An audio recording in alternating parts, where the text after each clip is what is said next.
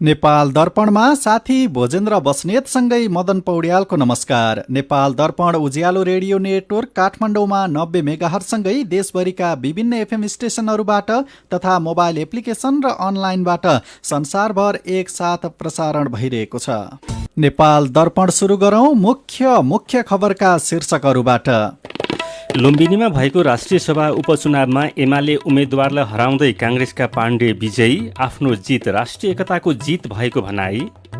राष्ट्रिय एकता भनेको के हो, प्रतिगमन के हो, के भइराखेको छ, त्यसले सबैले जवाब यो जितले दिएको छ। कोरोना संक्रमण दर केही घट्यो। पछिल्लो 24 घण्टामा परीक्षण गरिएका मध्ये 27% मात्रै संक्रमण पुष्टि। एसईई परीक्षा गत वर्षकै विधिमा गर्ने शिक्षा मन्त्रालयको प्रस्ताव। पहिले यस्तो विधि अपनाउनु पर्नेमा कोरोनाले मौका जुराइदिएको शिक्षाविदको भनाई। हैन, यो त अहिले कोरोनाको टाइममा मात्र हैन, अरू बेला पनि यो विधि अपनाउनु पर्ने हो। त्यो पुरानो विधिले बच्चालाई कन्ट्रोल गर्न मात्रै सिकायो, अरू कुरामा सिकाएन। चीनमा 2 सन्तान नीति परिवर्तन। अब 3 जना सन्तान जन्माउन पाइने, तेस्रो सन्तान जन्माउनेका लागि विभिन्न सुविधा उपलब्ध हुने। र कुवेत पुगेको नेपाली राष्ट्रिय फुटबल टोलीले प्रशिक्षण थाल्यो। कोपा अमेरिका फुटबल प्रतियोगिता अर्जेन्टिनामा नहुने। जियालो रेडियो नेटवर्कबाट प्रसारण भइरहेको नेपाल दर्पणमा अब सुनौ पूरा खबर। लुम्बिनी प्रदेशमा भएको राष्ट्रिय सभा उपचुनावमा एमालेका उम्मेद्वारलाई हराउँदै नेपाली काङ्ग्रेसका उम्मेद्वार दीर्घनारायण पाण्डेय विजय हुनुभएको छ। पाण्डेयले एमालेका उम्मेद्वार चन्द्रबहादुर खड्कालाई 528 मतभारले हराउनुभयो। विजय पाण्डेयले 4140 मतभार ल्याउनुभयो भने पराजित चन्द्रबहादुर खड्काले 3612 मतभार ल्याउनुभयो। विजयी भएका काङ्ग्रेसका पाण्डेयले प्रदेशतर्फ 2016 र पालिकातर्फ 2124 मतभार पाउनुभयो। पराजित एमालेका उम्मेद्वार खड्काले प्रदेशतर्फ 1920 र पालिकातर्फ 1692 मत ल्याउनुभयो। लुम्बिनी प्रदेशमा 83 जना प्रदेशसभा सदस्य र पालिकाका प्रमुख उपप्रमुख गरी 217 गरी 300 मतदाता रहेकोमा 4 मत खसेको थिएन। नेपालगञ्ज उपमहानगरपालिकाका मेयर धवल शमशेर राणाले यसअघि नै मतदानमा सहभागी नहुने बताउनु भएको थियो। अरू 2 जना बिरामी भएकाले काठमाडौँमा हुँदा मतदानमा सहभागी हुनु भएन। 1 जनाले मतपत्रको सट्टा कोरोना परीक्षणको पीसीआर रिपोर्ट खसालेको पाइएको छ।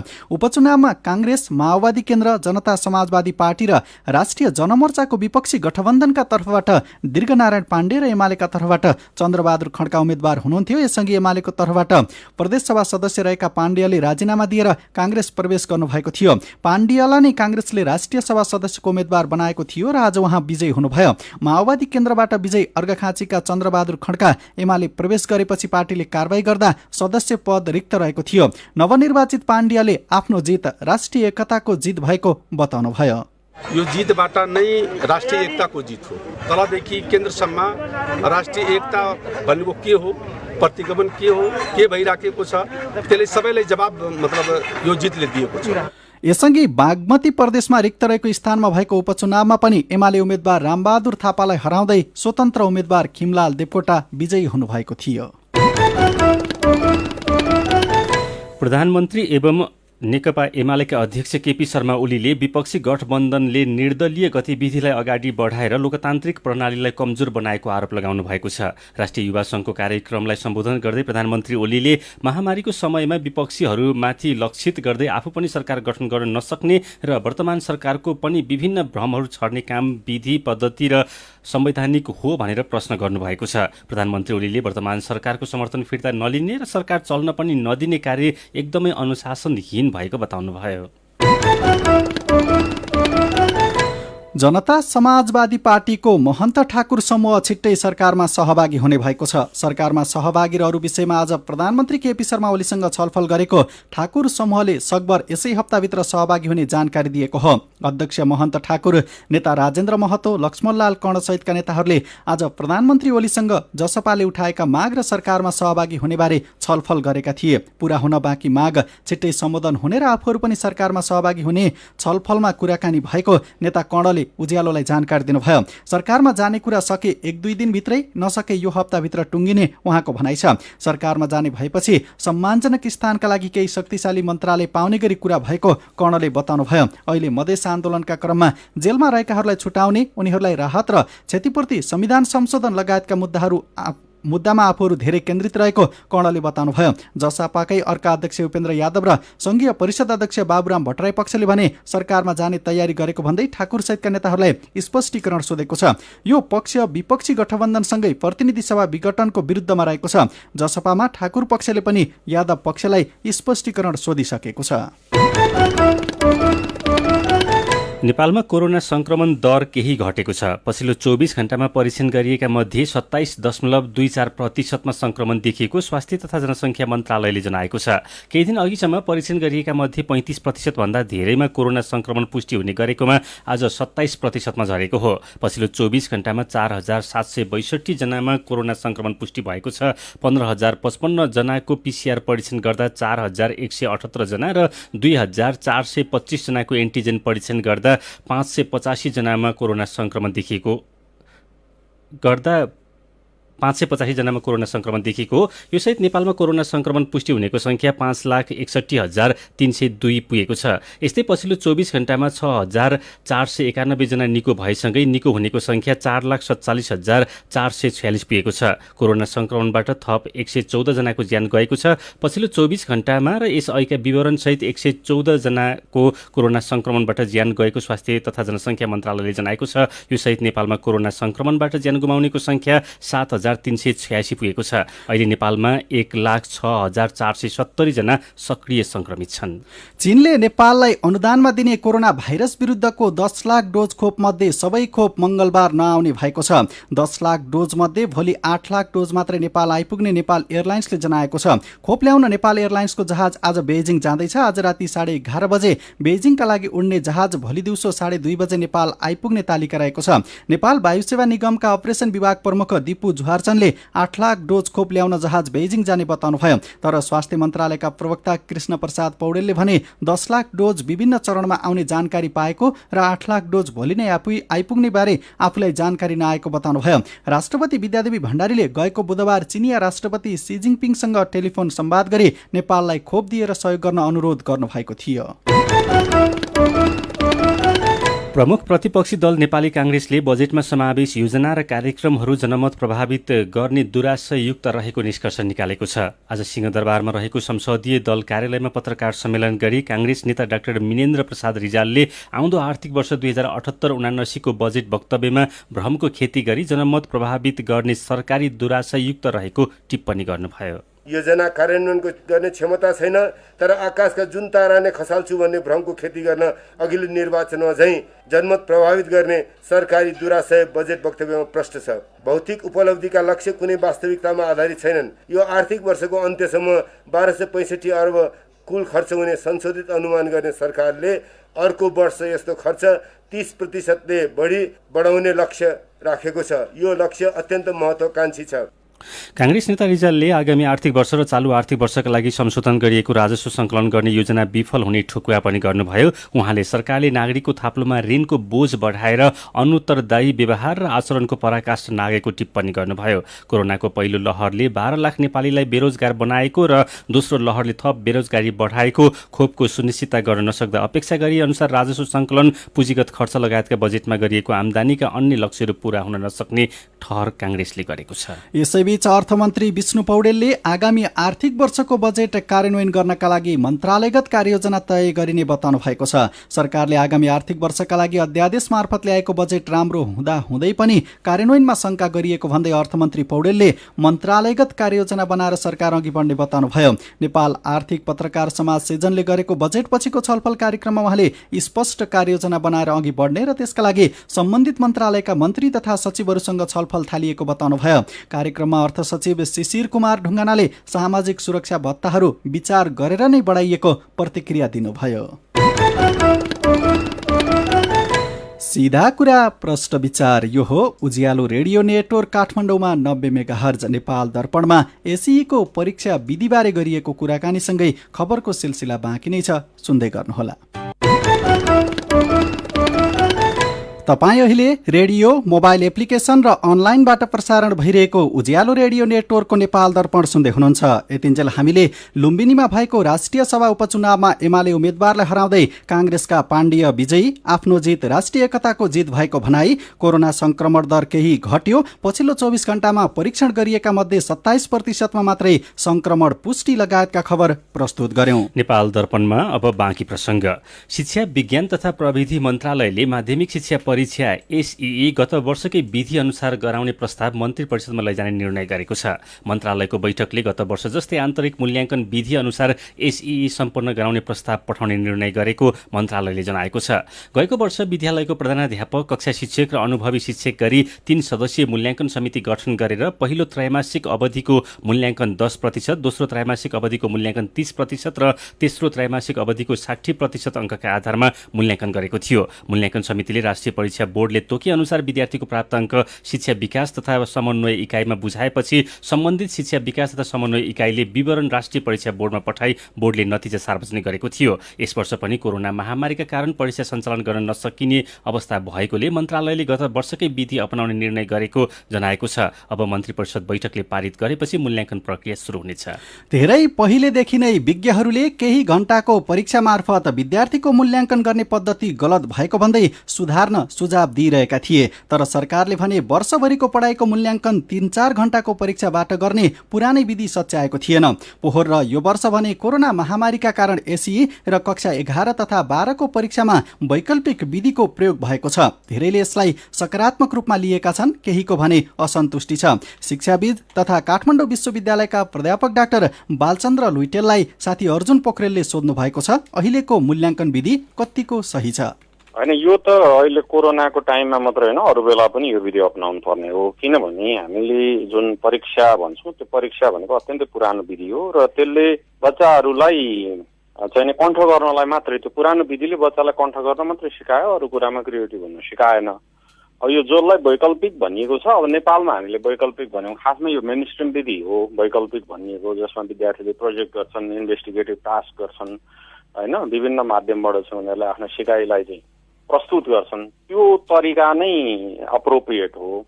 यसको अरू विकल्प केही हुन सक्थे कि सक्दैन थिए? परीक्षाप्रतिको हाम्रो मोह नै सबभन्दा खतरनाक छ क्या। शिक्षा प्रणाली बिग्रिनुमा अथवा शिक्षा उँभो नलाग्नुमा शिक्षा के अरे सिकाइ केन्द्रित हुनुको सट्टा परीक्षा केन्द्रित हो। त्यसैले परीक्षालाई जति महत्त्व हामीले दिएका छौँ त्यो महत्त्व चाहिँ कम दिनुपर्छ। त्यो विद्यार्थीको दिमागमा त्यही घुसाइदिएर होला, विद्यार्थीले पनि परीक्षा भन्ने बाहेक अरू बेला चाहिँ नपढ्ने भयो क्या। त्यो त 90 वर्षको संस्कृति छ नि त, हामीले त्यो संस्कृति त तोड्नु पर्यो नि त। त्यही भएर त बिग्रियो नि। त्यही भएर त हामीले खालि के भने परीक्षा देखाएर तर्साएर त शिक्षा प्रणाली उँभो लाग्दैन नि त। यो त तर्साउने कुरो भयो नि त। त्यसले अब को तर्सिन्छ त? हामी चाहिँ करिब 100 वर्ष पछाडि भयौँ मूल्याङ्कनको हिसाबले, होइन, परीक्षाको हिसाबले। हामीले 3 घण्टाको जाँचलाई मात्रै मूल्याङ्कन भन्यो। मूल्याङ्कनका धेरै विधिहरू हुन्छन्, तौर तरिकाहरू हुन्छन्, त्यतातिर हामीले ध्यान दिँदैनौँ। त्यसैले पनि अब यो ढिलो भएको छ। अब अहिले त यो नगरी उपाय नै छैन। कतिपय अभिभावक, शिक्षकहरू अब विद्यार्थी अल्छी हुने भए, यत्तिकै नम्बर पाइहालिन्छ भनेर नपढ्ने भयो भनेर चिन्तामा हुनुहुन्छ नि। त्यसका दुईटा उपाय छन्। एउटा भनेको शिक्षकले पनि सिकाइमा विविधता ल्याउनु पर्यो, सिकाइलाई मनोरञ्जनपूर्ण बनाउनु पर्यो। साथै अभिभावकहरूले पनि सिकाइ भनेको परीक्षा मात्रै होइन, उसले चाहिँ जीवनमा चाहिने महत्त्वपूर्ण कुरा जुन आवश्यक हुन्छ त्यो कुरा पनि सिकाइ हो। त्यसैले सिकाइ भनेको केवल परीक्षामा नम्बर ल्याउनु मात्रै हो भन्ने कुरा बुझ्नु भएन अभिभावकले पनि। हुन त अघि तपाईँले भनिसक्नुभयो, नेपालमा हामीले यसलाई वैकल्पिक विधि भन्छौँ, संसारका धेरै देशमा मेन स्ट्रिम विधि नै यही हो भनेर भन्नुभयो। तर नेपालमा नयाँ प्रयोग हो। नयाँ प्रयोग हुँदाखेरि हामीले जसरी सकारात्मक रूपमा सोचेका छौँ, केही विद्यार्थीले त्यस्तो नसोच्न सक्छन्। उच्च शिक्षामा नतिजा खस्किने हो कि यसरी क्लासहरू चढाउँदै लगेका विद्यार्थीबाट भन्ने चिन्ता छ। कतिको जायज हो चिन्ता र कतिको जोखिम छ? चिन्ता जायज होइन, नाजायज चिन्ता हो। किनभने अहिले पनि उच्च शिक्षामा जुन सक्सेस रेट छ त्यो एकदमै कम छ। 40 देखि 45% मात्रै सक्सेस रेट छ। त्यसो हो भने त त्यत्रो कडा जाँच हुन्थ्यो पहिले। सक्सेस रेट झन् धेरै हुनुपर्ने नि त। शिक्षकले पाठ पढाएर सुनाउने केन्द्रित भयो। सिकाइ केन्द्रित गराउनमा शिक्षकको महत्त्वपूर्ण भूमिका हुन्छ। मलाई के लाग्छ भने उच्च शिक्षामा यसले चाहिँ सकारात्मक असर पर्छ। अब त पढ्न परेन, नम्बर आइहाल्छ भनेर मक्ख परेका केही विद्यार्थी र सँगसँगै पढ्नुपर्छ, यो परीक्षा नभए पनि अझ धेरै मैले पढ्नुपर्छ भनेर बस्नुभएका केही विद्यार्थी पनि हुनुहुन्छ। सम्पूर्ण विद्यार्थी र अभिभावकलाई यहाँ के भन्नुहुन्छ, के सुझाव दिनुहुन्छ? शिक्षा भनेको परीक्षासँग दाँजेर नहेरौँ, सिकाइसँग दाँजेर हेरौँ। सिकाइ भनेको जीवन पर्यन्त चाहिने कुरा हो। पढ्नु भनेको बुझ्नु हो होइन, त्यसलाई प्रयोगमा ल्याउनु हो।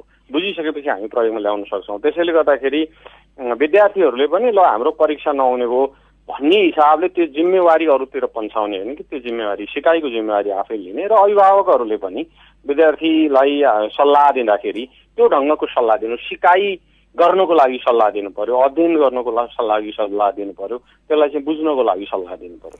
उहाँ हुनुहुन्थ्यो शिक्षाविद तथा काठमाडौँ विश्वविद्यालयका प्राध्यापक डाक्टर बालचन्द्र लुइटेल। वैकल्पिक परीक्षा विधिका बारेमा कुराकानी गर्दै नेपाल दर्पणमा खबरकै सिलसिला। आज विश्व धूम्रपान तथा सुर्ती रहित दिवस ल त्याग्नको लागि प्रतिबद्ध बनौँ भन्ने नाराका साथ नेपालमा पनि मनाइएको छ। धूमपान तथा सुर्तीजन्य वस्तुको सेवनका कारण हुने क्षति न्यूनीकरण गर्ने उद्देश्यले विश्व स्वास्थ्य संगठनको आह्वानमा हरेक वर्ष मे 31मा यो दिवस मनाउने गरिन्छ। चुरोट, बिँडी, खैनी, सुर्ती लगायतका कारण नेपालमा वर्षेनी 25,000 भन्दा धेरै मानिसको ज्यान जाने गरेको सरकारी तथ्याङ्क छ। विश्वमा हरेक 8 सेकेन्डमा एकजना सुर्ती खाने व्यक्तिको ज्यान जाने गरेको विश्व स्वास्थ्य संगठनले जनाएको छ। संगठनका अनुसार चुरोट, बिँडी जस्ता सुर्तीजन्य पदार्थ सेवनकर्तालाई कोरोना संक्रमण भइहाले अरूको तुलनामा थप जटिल हुने बताइएको छ। चुरोटको धुवाँले खानेलाई मात्र नभई यसको आसपासमा बस्नेलाई पनि असर गर्ने डाक्टरहरूले बताउने गरेका छन्। धूमपान गर्ने धेरैजसोलाई फोक्सो र मुखको क्यान्सर हुने गरेको स्वास्थ्य मन्त्रालयले जनाएको छ। तर पछिल्लो तथ्याङ्कले कलेजोमा पनि असर गर्ने देखिएको छ। गर्भवती भएका बेला सुर्ती तथा चुरोट खाँदा पेटमा भएको बच्चाको कलेजो बिगार्ने अनुसन्धानकर्ताले बताएका छन्। नेपालमा 18 वर्ष नपुगेका व्यक्तिलाई सुर्तीजन्य पदार्थ खरिद तथा बिक्री गर्न नपाउने कानुनी व्यवस्था भए पनि प्रभावकारी कार्यान्वयन हुन सकेको छैन। राष्ट्रिय विपद जोखिम न्यूनीकरण तथा व्यवस्थापन प्राधिकरणले यो वर्षको मनसुन खतरायुक्त हुन सक्ने बताएको छ। यस वर्ष सरदरभन्दा धेरै पानी पर्ने मौसमी पूर्वानुमान रहेकाले बाढी पहिरोका घटना बढ्न सक्ने प्राधिकरणका कार्यकारी प्रमुख डाक्टर अनिल पोखरेलले बताउनुभयो। गएको वर्ष कम पानी पर्दा पनि मनसुनजन्य घटना बढी भएकोले यस वर्ष अवस्था झन कहाली लाग्दो हुन सक्ने उहाँको भनाइ छ। अबका 4 महिना बाढी पहिरो, रोगव्याधि, सर्पदंश लगायतले पिरोल्ने भएकाले विपदबाट बच्न पूर्व तयारी आवश्यक रहेको पनि कार्यकारी प्रमुख पोखरेलले बताउनुभयो। बाढी पहिरो जस्ता समस्याको सम्भावित ठाउँमा अहिलेदेखि नै सावधानीका उपायहरू अपनाउन प्राधिकरणले आग्रह गरेको छ। सीधा कुरा प्रश्न विचार, यो हो उज्यालो रेडियो नेटवर्क काठमाडौँमा 90 मेगाहर्ज। नेपाल दर्पणमा मेरो पनि भन्नु छ सँगै खबरको सिलसिला बाँकी नै छ, सुन्दै गर्नुहोला।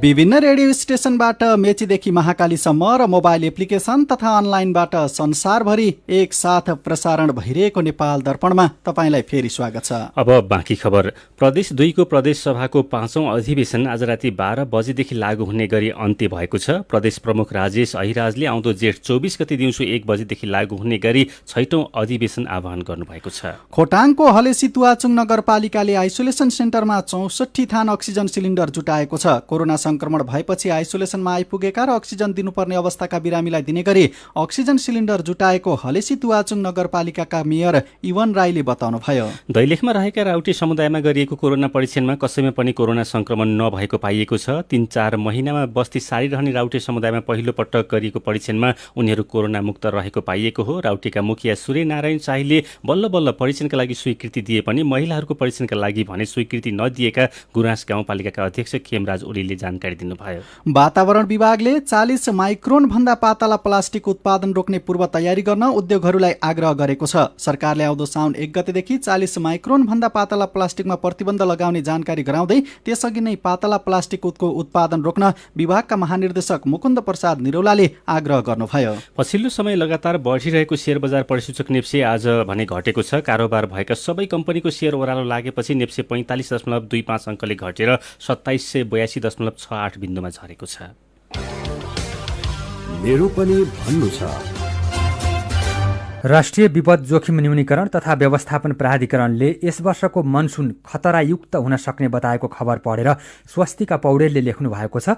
यो वर्ष मनसुन सुरु हुनुभन्दा पहिल्यै पानी परिरहेको छ। पहाडी बस्ती, नदी किनार, कटान क्षेत्रहरूमा बाढी र पहिरोबाट बच्नको लागि उच्च सतर्कता अपनाउन र त्यहाँका नागरिकलाई सुरक्षित ठाउँमा राख्नको लागि सम्बन्धित निकाय र स्थानीय सरकारले पूर्व तयारी गर्न आवश्यक छ। एसई परीक्षा गएको वर्षकै मूल्याङ्कन विधिमा गर्ने शिक्षा मन्त्रालयको प्रस्ताव सम्बन्धी खबर पढेर कृष्ण सुर्खेती व्यङ्ग्य गर्नुहुन्छ। अहिलेका विद्यार्थीलाई पछि उनीहरूका छोराछोरीले कोरोना ब्याजी भनेर जिस्काउने भए। अहिले विद्यालय जान नपाएर बालबालिका घरमै बस्न बाध्य भएका छन्। यो बेलामा बालबालिकाको मानसिक स्वास्थ्यमा पनि ध्यान दिउँ है भन्दै लक्ष्मी कुँवरले लेख्नु भएको छ। मेरो बाबु 5 वर्षको छ। म र बाबु सँगै खेल्छौँ। म उसलाई घरका सामान्य काम जस्तै कपडा धुने, पिठो मुछ्ने, तरकारी केलाउने, कपडा पट्याउने, सामान मिलाउने जस्ता काममा सहभागी गराउँछु। खेल्ने, टिभी हेर्ने काम पनि हुन्छ। उसलाई घरमै बस्दा चिन्ता नहोस् भन्ने मेरो प्रयास हो। चन्द्रिका गौतमले लेख्नु भएको छ, अहिले छोराछोरीलाई समयमा उठाएर समयमै खाना खाजा खुवाउँछु। पढाउनेसँगै उनीहरूसँग खेलिदिन्छु पनि। हजुरबुबा नाति नातिना भएर खेल्नुहुन्छ। फुलमा पानी हाल्ने लगायतका काम पनि लगाउँछु। अहिले बालबालिकामा मोबाइल टिभीको लत लाग्नबाट जोगाउनुको साथै उनीहरूको मनमा चिन्ता आउन दिनु हुँदैन। अनि कोरोना संक्रमणको जोखिमको बारेमा दिलीप रिजाल लेख्नुहुन्छ, संक्रमण त कम हुँदैछ तर जोखिम टरिसकेको छैन। त्यसैले सरकारले तोकेको निषेधाज्ञा पालना गरौँ, साथै अत्यावश्यक परि घर बाहिर निस्कँदा स्वास्थ्यका मापदण्ड अपनाऊ। विचारका लागि तपाईलाई धन्यवाद। मेरो पनि भन्नु छ। मेरो पनि भन्नु छ प्रस्तुत गर्दै हुनुहुन्थ्यो साथी अर्जुन पोखरेल। नेपाल दर्पणमा अब विदेशको खबर। चीन सरकारले 2 सन्तान नीति परिवर्तन गर्दै 3 सन्तान जन्माउन पाउने अधिकार दिएको छ। चिनिया कम्युनिस्ट पार्टीको पोलिट ब्युरो छलफलमा राष्ट्रपति सी जिनपिङले 3 सन्तान नीतिलाई स्वीकृति दिएसँगै अब चीनमा दम्पतिले 3 सन्तान जन्माउन पाउने भएका चिनिया समाचार संस्था सिन्वाले जनाएको छ। चिनिया सरकारले 3 सन्तान जन्माउने दम्पतिलाई प्रोत्साहन गर्ने नीति समेत लागू गर्ने बताएको छ। तेस्रो सन्तान जन्माउनेका लागि अवकाश पाइने समय सार्ने, बालबच्चाको हेरविचार गर्ने सुविधामा सुधार गर्ने, सुत्केरी बिदा बढाउने, चाइल्ड बर्थ इन्स्योरेन्स गर्नुका साथै युवाहरूलाई विवाह र परिवारबारे शिक्षा दिइने जस्ता सुविधाहरू अघि सारिएको छ। चीनको जनसङ्ख्या वृद्धि दर दशक यताकै कम रहेको तथ्याङ्क सार्वजनिक भएपछि सरकारले यस्तो नीति ल्याएको हो। नेपाल दर्पणमा अब खेल खबर। विश्वकप छनौट खेलको लागि कुवेत पुगेको नेपाली राष्ट्रिय फुटबल टोलीले प्रशिक्षण थालेको छ। हिजो राति इराकबाट स्थलमार्ग हुँदै कुवेत पुगेको नेपाली टोलीका सबै सदस्यको PCR रिपोर्ट नेगेटिभ आएपछि टोलीले मैदानमा पुगेर प्रशिक्षण थालेको हो। सन् 2022मा कतारमा हुने विश्वकप प्रतियोगिताको छनौट अन्तर्गत नेपाली टोलीले पर्सि चाइनिज ताइपेसँग खेल्दैछ। यस्तै जुन 7 मा जोर्डन र जुन 11 तारिकमा अस्ट्रेलियासँग खेल्नेछ। विश्वकप छनौटको समूह बीमा रहेको नेपाल 5 खेलमा जम्मा 1 खेल जित्दै पुछारमा रहेकोले छनौट खेल्ने सम्भावना निकै कम छ। तर बाँकी खेल राम्रो खेलेमा एसियन कपमा छनौट हुने सम्भावना जीवितै छ। छनौटको तयारीको लागि इराकसँग अस्ति राति मैत्रीपूर्ण भएको खेलमा इराकसँग नेपाल 6-2 गोलले पराजित भएको थियो। दक्षिण अमेरिकी फुटबल प्रतियोगिता कोपा अमेरिका ब्राजिलमा हुने भएको छ। अर्जेन्टिनामा हुने तय भएको प्रतियोगिता कोरोना महामारीका कारण त्यहाँ नहुने भएपछि अन्यल भएको थियो। दक्षिण अमेरिकी फुटबल महासंघले प्रतियोगिता अर्जेन्टिनाबाट ब्राजिलमा गर्ने निर्णय गरेको फुटबल सम्बन्धी वेबसाइट goal.com ले जनाएको छ। कोपा अमेरिका सुरु हुनु 13 दिन अघि आज बिहान मात्रै अर्जेन्टिनामा नहुने भएपछि अन्यल भएको थियो। प्रतियोगिता जुन 13 देखि जुलाई 10 सम्म हुनेछ। सन् 2020मा हुनुपर्ने कोपा अमेरिका फुटबल कोरोना महामारीका कारण 1 वर्ष पछि सरेको हो। र म्यान्चेस्टर सिटीका स्टार खेलाडी सर्जियो अगुइरो स्पेनिस क्लब बार्सिलोना जाने पक्का भएको छ। अगुइरोले आज बार्सिलोनासँग 2 वर्षको सम्झौता गरेको अन्तर्राष्ट्रिय सञ्चार माध्यमले जनाएका छन्। बार्सिलोनाबाट लियोनल मेस्सीले क्लब छोड्ने सम्भावना रहेपछि उसले अगुइरोलाई अनुबन्ध गरेको हो। 32 वर्षीय अगुइरो झण्डै 1 दशकदेखि सिटीमा रहेका थिए। खेल खबरसँगै उज्यालो रेडियो नेटवर्कबाट प्रसारण भइरहेको नेपाल दर्पणको समय सकिने लागेको छ। बिदा हुनु अघि आजका मुख्य खबरका शीर्षकहरू फेरि एकपटक। लुम्बिनीमा भएको राष्ट्रिय सभा उपचुनावमा एमाले उम्मेद्वारलाई हराउँदै काङ्ग्रेसका पाण्डे विजयी। आफ्नो जित राष्ट्रिय एकताको जित भएको भनाई। कोरोना संक्रमण दर केही घट्यो। पछिल्लो 24 घण्टामा परीक्षण गरिएका मध्ये 27% मात्रै संक्रमण पुष्टि। एसई परीक्षा गत वर्षकै विधिमा गर्ने शिक्षा मन्त्रालयको प्रस्ताव। पहिले यस्तो विधि अपनाउनु पर्नेमा कोरोनाले मौका जुराइदिएको शिक्षाविदको भनाई। चीनमा 2 सन्तान नीति परिवर्तन। अब 3 जना सन्तान जन्माउन पाउने, तेस्रो सन्तान जन्माउनेका लागि विभिन्न सुविधा उपलब्ध हुने। र कुवेत पुगेको नेपाली राष्ट्रिय फुटबल टोलीले प्रशिक्षण थाल्यो। कोपा अमेरिका फुटबल प्रतियोगिता ब्राजिलमा हुने। आजको नेपाल दर्पण सकिएको छ। प्रविधिमा साथ दिने सङ्घर्षविष्टसँगै हामी भोजेन्द्र बस्नेत र मदन पौड्याल पनि बिदा हुन्छौँ। कोरोनाको जोखिम कायमै रहेकाले सुत्नु अघि पनि साबुन पानीले मिच्ची 20 सेकेन्डसम्म हात धुन नबिर्सिनुहोला। नमस्कार। छ।